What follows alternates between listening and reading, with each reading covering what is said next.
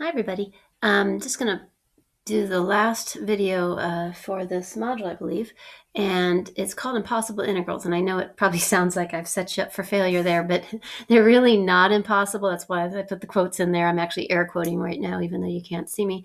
But yeah, if we look at this problem, we'll say that big F is an antiderivative of this. So that's our little f, right? We talked about if you have big F and you take the derivative, you get little f, you integrate it, you get big F. So we've talked about moving back and forth instead of using our old f prime or y prime. And when we're talking integrals, we usually use big F, and then its derivative is little f. So big F is an antiderivative of f, little f, and it gives us a little information. It wants us to find big F at 3. Now, really, the best way to do that, I guess, would be to find big F. The problem with that is I don't know how to integrate x over x cubed plus 1. And that's why this was considered impossible, because we don't have the skills to integrate that. And so how will I ever get a function for f and plug in a 3?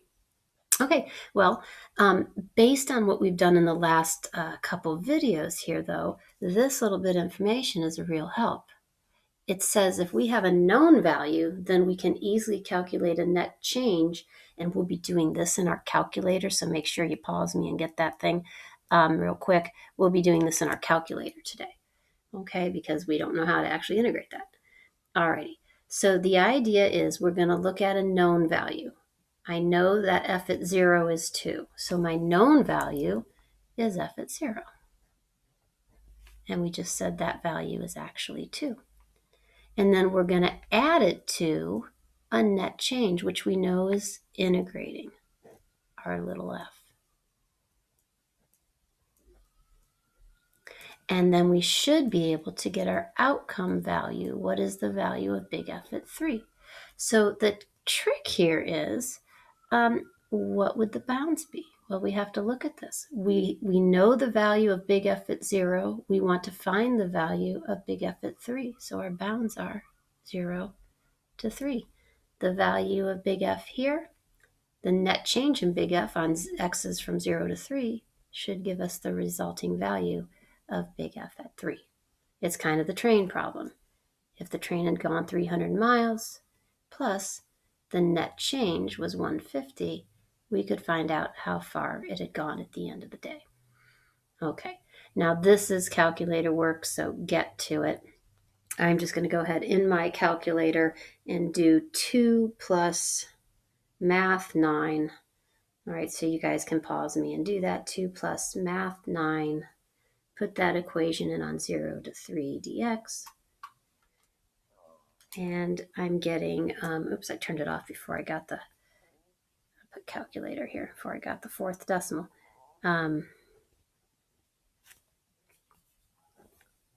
Okay, it looks like, going back, this could be 2.879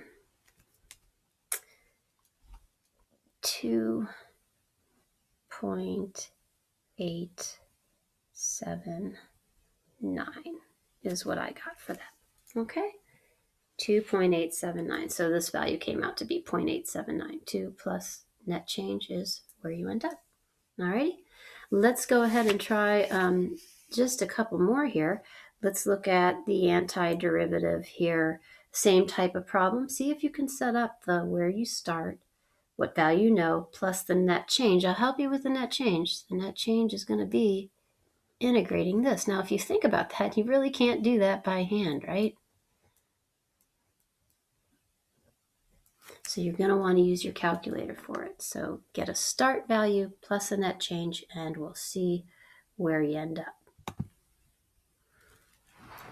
Okay, so it looks like we've got our integral set up. That's our net change. Our starting value, looks like we know f of 1. This will give us the net change in f, and we want to find out f of 5. So over here, when x is 1, we want to know how much f changes from 1 to 5, and that should give us where we end up at f of 5. And then this value was 3. This net change I'm doing in my calculator.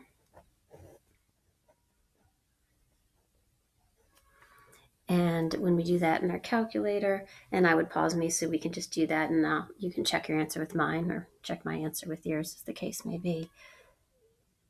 If I make a mistake, be the first email. Okay, so we should have 3 decimal places, so you could have truncated it and left it as a 5, or rounded it and made it a 6. I'm putting 4, so you can see either one is okay. Let's do one more. F is an antiderivative of e to the x squared. I'm looking for f at -2. I cannot just integrate this to find big F and plug in a -2. I can't, because we don't know how to do that, and I'm actually not going to teach you that. So we have to find another way. It would be impossible, but we're better than that. This little bit of information is very helpful.